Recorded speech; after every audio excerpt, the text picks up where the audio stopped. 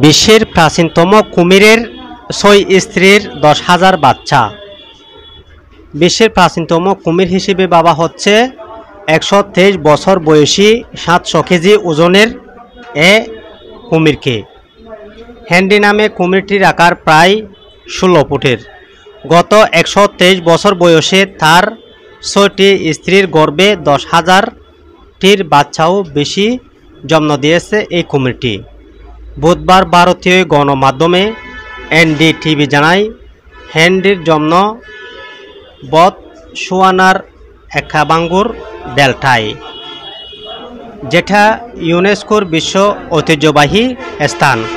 সেখানে ১৯০০ সালের ১৬ ডিসেম্বরের তারিখে জন্মগ্রহণ করেছিলেন হেনরি।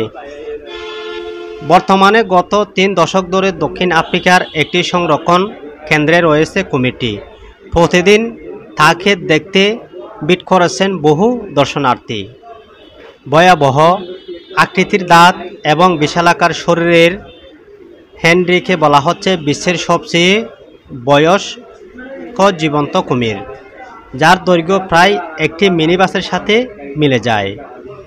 হেনরি প্রজাতির কুমিরের আদি নিবাস নীলনদে। সাধারণত আফ্রিকার সব সাহারা অঞ্চলে ২৬টি দেশে পাওয়া যায় এই প্রজাতির কুমির। এই প্রজাতি হিংস্র প্রকৃতির জন্য পরিচিত। বিভিন্ন পরিসংখ্যান বলেছে প্রতি বছর এই অঞ্চলে এসব কুমিরের আক্রমণ শতাধিক মৃত্যুর ঘটনাও ঘটে। হেনরির বয়স্তম কুমির হলেও তবে সবচেয়ে দীর্ঘতম কুমির হল ক্যাসিয়াস। গ্রিনেস ওয়ার্ল্ড রেকর্ডস অনুযায়ী ক্যাসিয়াসের আকার লম্বা প্রায় ১৮ ফুট।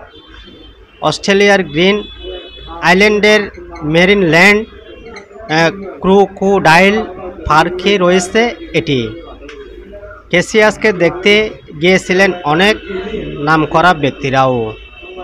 তাদের তালিকায় রয়েছেন ব্রিটেনের প্রয়াত রানী দ্বিতীয় এলিজাবেথ, চীনের প্রেসিডেন্ট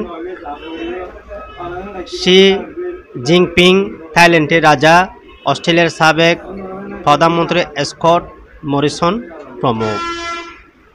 নিউজ ডেস্ক, FTV।